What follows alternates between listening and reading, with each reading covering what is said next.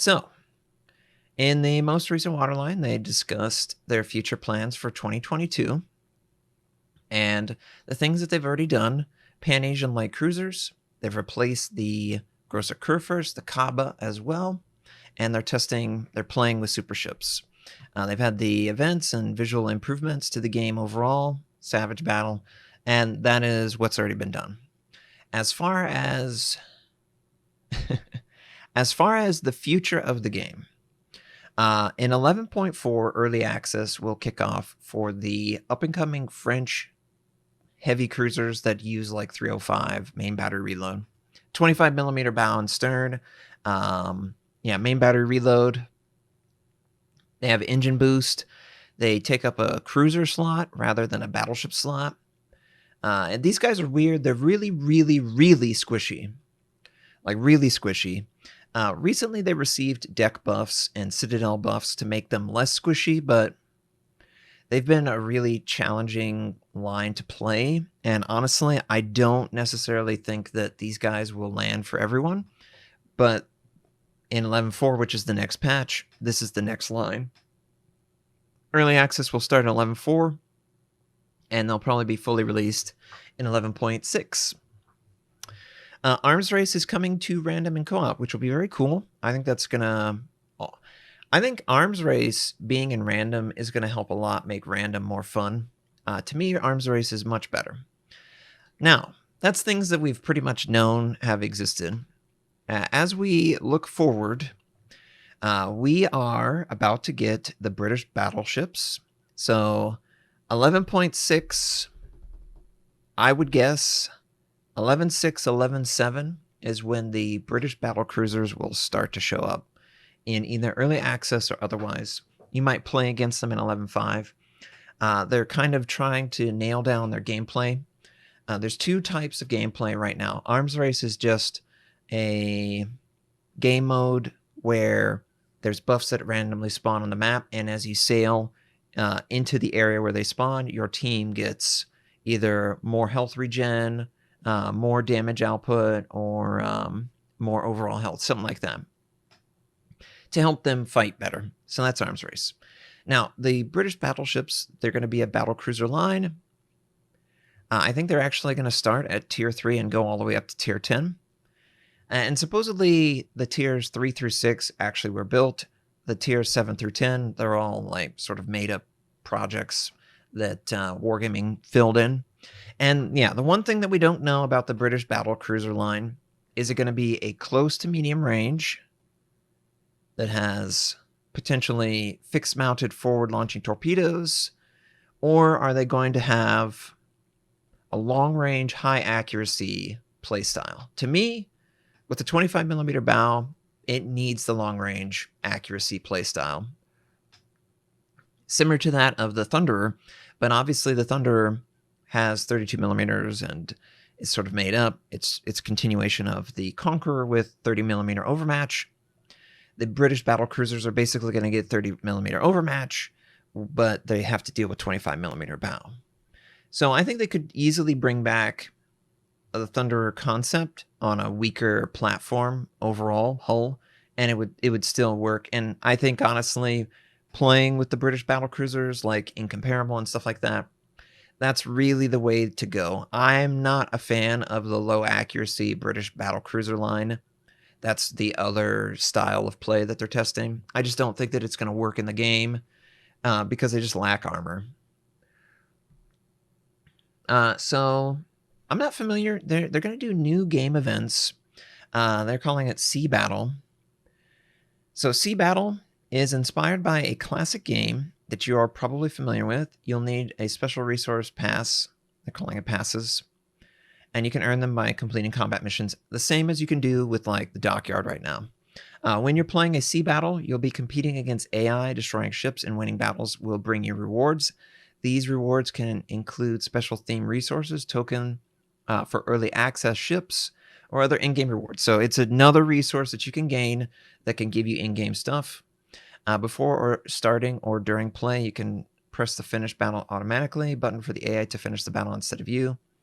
So this sounds like the AI tank battle that they're working on right now for World of Tanks. I don't know if you guys know this. In World of Tanks, there's a game mode that's being tested where basically it's either two RTS tank commanders will play on a typical map, the World of Tank map, and they will have 6 to 10 tanks that they can load up into the game and direct them through the map.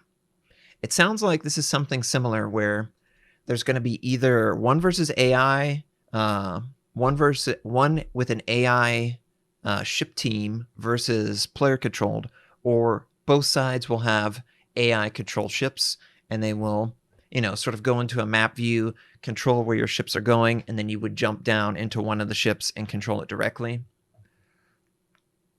It's it's a deeper PvE experience, potentially leveraging the art assets in the maps.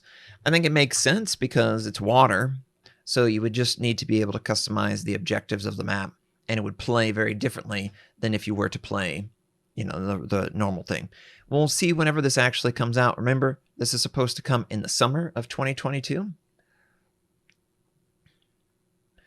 The other thing that they want to do is reintroduce Convoy.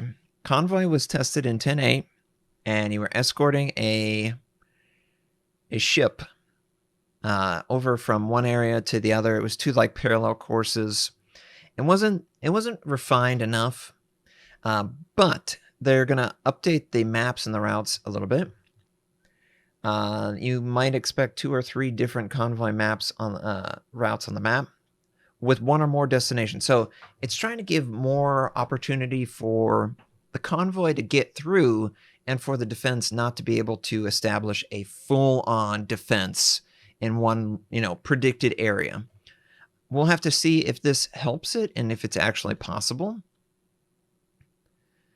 We'll decrease the number of ships in convoy respectively for each route, so as not to complicate the task. So they're not going to increase the size of the convoys, just the options of moving it around. Hopefully they'll have it prepared for this test so it ends up being fun to play. They're reintroducing the Puerto Rico, which will be very cool. It's the dockyard that will be after the Atlantico. Atlantico is a very fun Tier 8. The Puerto Rico was not well received when it first came out through Dockyard because it was incredibly hard to unlock. They've sort of abandoned that type of dockyard. This dockyard is more about you spending the 3,000 to 5,000 doubloons and then just showing up and unlocking the combat missions every 5 or 7 days a week, basically. So if they commit to that style for the Puerto Rico, then this will be an easier reward for those of you who didn't get a chance to get to Puerto Rico. So that's nice. Those of you who already have the Puerto Rico, you will get some type of currency. The currency will be player selectable, I guess. We plan to give such players the opportunity to select a bundle with one of the following resources.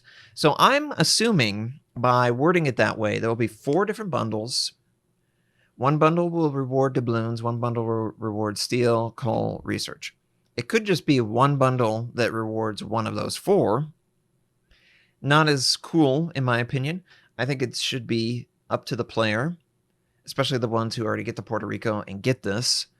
I think it should be up to them to just select the resource that they see as most valuable, and I would appreciate that if they ended up putting that in the game. That would be really nice. So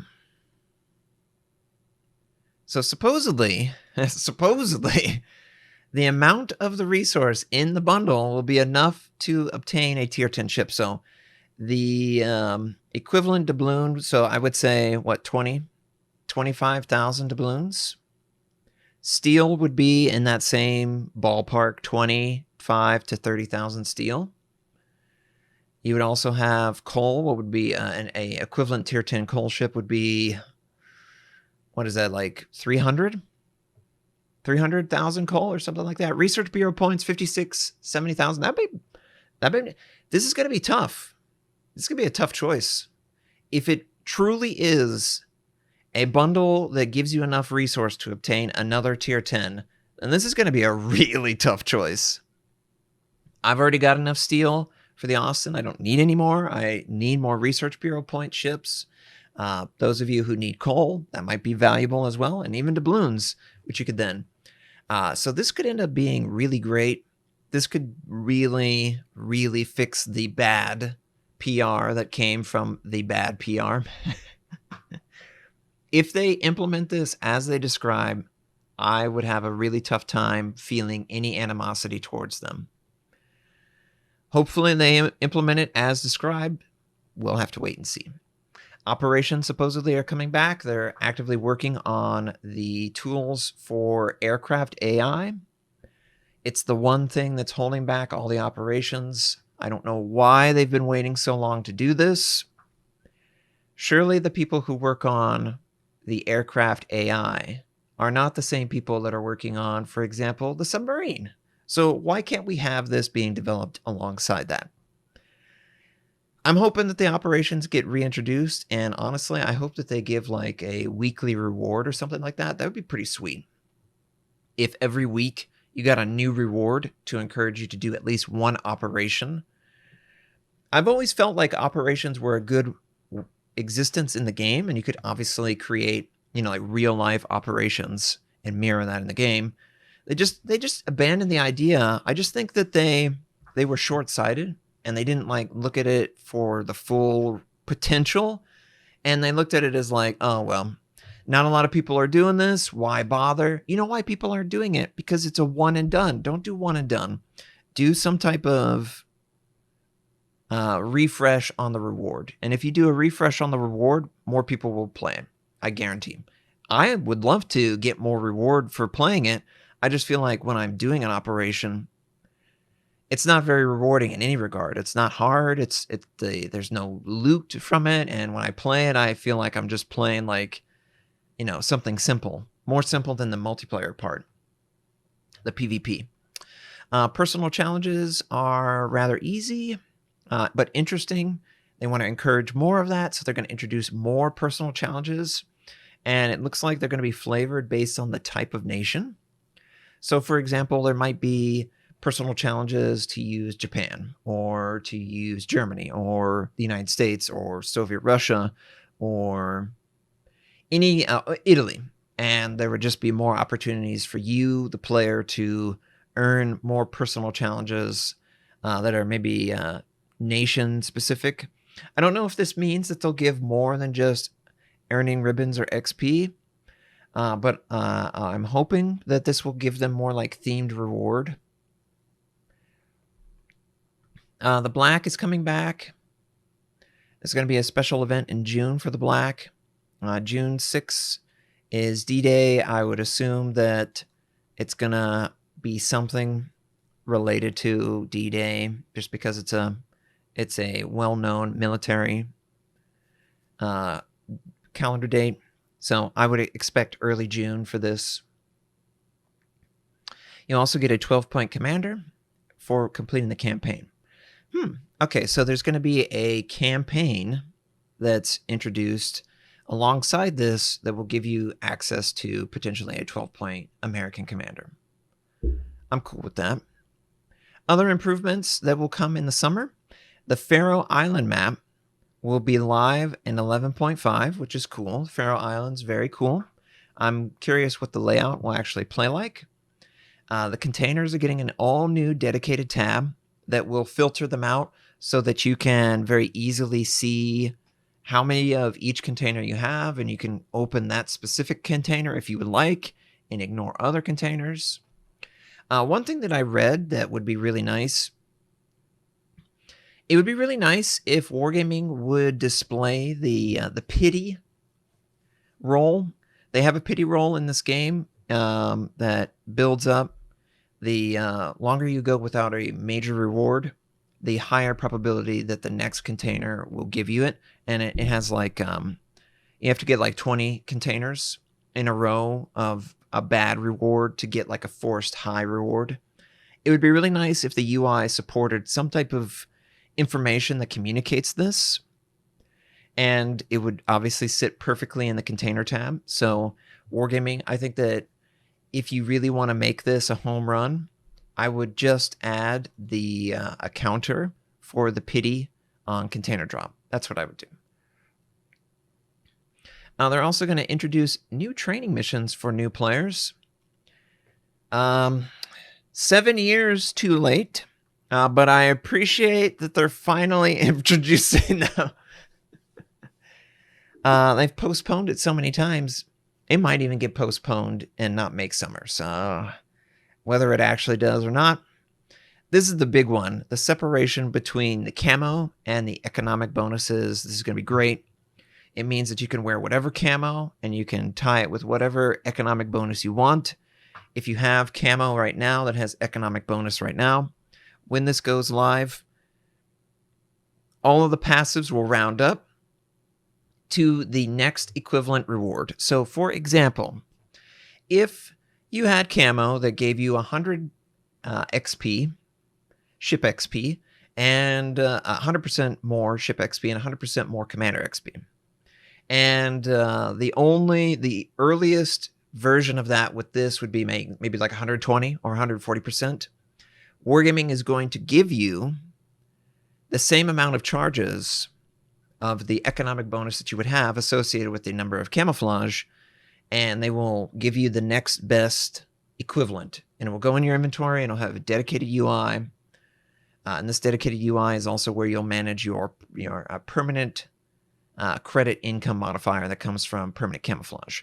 So whenever this is introduced in the game, it's going to be great. If you've played Spider-Man on Sony, PlayStation 4 and 5, this is exactly what you think it is. And this is great. This is absolutely one of the best things they're doing to the game. Changes to the battle camera. Now, this was interesting. It seems like Wargaming is interested in introducing some more lively battle camera settings, more direct control over the battle camera. One of the things that they were talking about specifically is having the ability to toggle which view you use whenever a spotter aircraft is up. This becomes an issue at close to medium range, where the spotter literally goes so high that you have to scroll back down. It's awkward and dumb. So they're going to introduce into the UI some way for you to select a different camera in real time when using something like that. I would also guess that this is going to offer more cinematic battle camera options, maybe. I'm thinking maybe like a GTA 5 or GTA 4 where you go into the spectator camera shot and it's right up against the car body and it's really cinematic as it's going through. I would really like something like that. Some type of cinematic presentation of the ship's combat. That would be cool. But the bigger deal is, of course, giving the player more direct control over how the battle camera actually works. Yeah, Kraken. So you'll be able to do that with this. I don't know when it'll actually be implemented, Kraken. Independence Day. July 4th, for those of you who don't know the U.S. Independence Day, they will be introducing new U.S. destroyer models, and it will be tiers 7, 8, 9, and 10. On the latter half, so tiers 2 through 6 and the Sims, they will also receive new models. But initially, sometime in July, the higher tier American destroyers will be receiving new models, which is going to be awesome. I hope that they, improve them in some way while they're doing the model update. So this is something that has needed. I mean, they definitely show their age. They look like one of the oldest ship lines in the game, just for the appearance. Now, that's not everything, because there's a lot of cool things coming in the fall of 2022. So the anniversary is going to happen. They always have the anniversary. But that's not all. We're going to be getting the Japanese light cruiser line. It's going to start at tier 5 and go all the way to tier 10. The initial concept is they're safe to say that they will have the 610mm torpedoes. Their torpedo launchers will have a wide aiming angle. So think Atago or Maya. And as for their main battery, it will have a variety of 152, 155, and then 150. They haven't gone any farther. Yeah, Zhao isn't light. It's a 203. They haven't said what this will mean. Does the Mogami get moved to tier 7? Because specifically, they say the tier 7 ship will have a 155. And the only ship that I know that has 155 that was a tier 7 is the Mogami, which got moved up to tier 8 when they rearranged them. But I could totally see them moving a 155 variant of the Mogami down to tier 7 if the tier 8, 9, and 10 are more developed ideas. I'm very excited, though, for the Japanese light cruiser line. They should be accurate, high gun velocity, and stealthy. So that's going to be pretty scary for DDs. That's usually not a combo. If you look at the high accuracy, high gun velocity, the next equivalent to this would, of course, be Alexander Nevsky, and it has horrible concealment, and it relies on radar to sort of combo against them. So let's say the Japanese light cruisers, let's say if they get to like 9.5, if that, and they have really accurate guns, and they can forward launch their torpedoes that have like 10-kilometer range, I think the line would be pretty sweet. It would be very hybrid between like a Japanese heavy cruiser and a Japanese destroyer. And I think that honestly is what I want to play for the light cruiser line. So I'm very excited by this. Hopefully, fingers crossed, it works out. They're also celebrating their anniversary, of course. It'll be 7 years in the fall of 2022. They're going to have festive bonuses for battle performance. They're going to have a bunch of stuff. They're going to rework the battle performance bonus system. Players will have mini ships in their ports, and they will have an ability to receive multiple ship rewards per battle. I don't know how this is exactly going to be implemented, but the general idea is that imagine a world where you load into a game, and not only do you get completion for playing that particular ship and whatever the reward may be, what if you could designate multiple ships to receive the reward from that one game played? It would save you a lot of time, wouldn't it? Yeah, it would. Especially someone like me who has like 500 ships, There's no way I could play all of the ships. And this might be a way to avoid playing ships that are weaker in the meta overall and maybe getting a higher reward value out of playing a higher one. And, you can imagine that players will min-max this, but this is a nice quality of life improvement for people that have just way too many ships in their inventory. So I like this change. It's good. Halloween, it sounds like they're just going to bring back all the things that were successful in Halloween. I'm cool with that. And then on top of that, not only are we getting a new map in the summertime in the Faroe Islands, we're actually going to get a new map in the fall time. And they haven't disclosed anything about it, but they will be releasing a special video specifically addressing the new map at some point in the next 6 months. So we'll just have to stay tuned to see what that new map may be. So overall, I love all of these roadmap changes. For quality of life to the game, the addition of the lines that they're going to implement, a lot of UI port-related improvements that the game has absolutely needed for a really long time.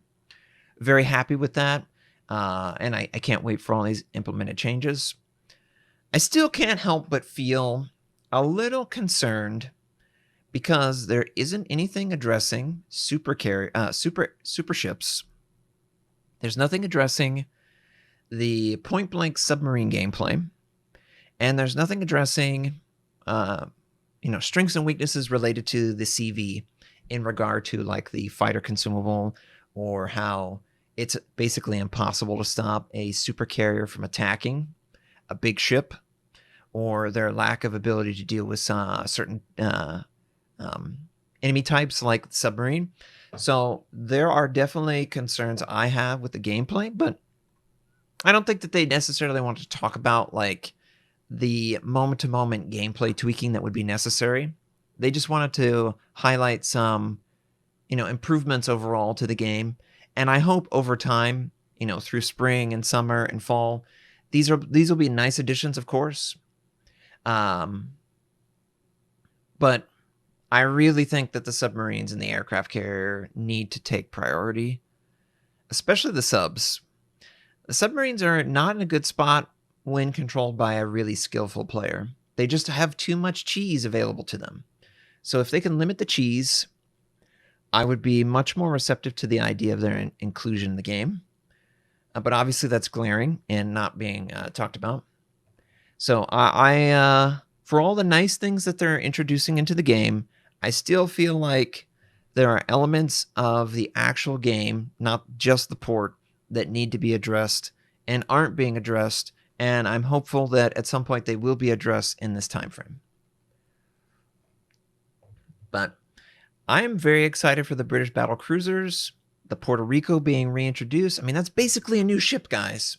If you were one of the people that got fortunate enough to get the Puerto Rico, you are basically going to get another tier 10 if you invest, 3,000 or 4,000 doubloons and unlock the Puerto Rico again. So for the cost of like 3,000 or 4,000 doubloons, you will literally get a tier 10 Research Bureau ship or a doubloon ship that could be tier 10. The nice thing about doubloons and the other things is you don't have to buy a tier 10. You can buy whatever ship you want. So that's a really nice thing. So, I'm, hopefully they can implement all these changes. I'm curious what will actually happen. But, for now, the roadmap looks really healthy and it's going in the right direction. So I can't wait. This is far better than so many other games on the market right now, guys. I really have to stress this.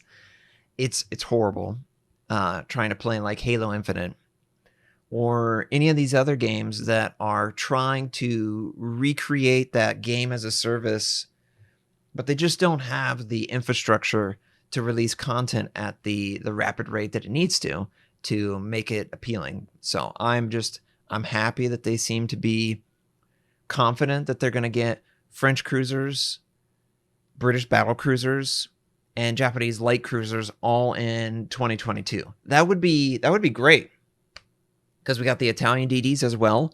So, the only thing that's glaring, we know that there's going to be a French aircraft carrier coming. I would guess that is the next thing that will be happening after this. Winter 2022, 2023, I think we're getting French carriers. The black, the black is just a tier 9 American DD that has radar and smoke, super slow torpedoes, and it's going to be in some type of campaign. But yeah, if you wailed for the PR, you'll get that. Yeah, I'm still a CC for World of Warships.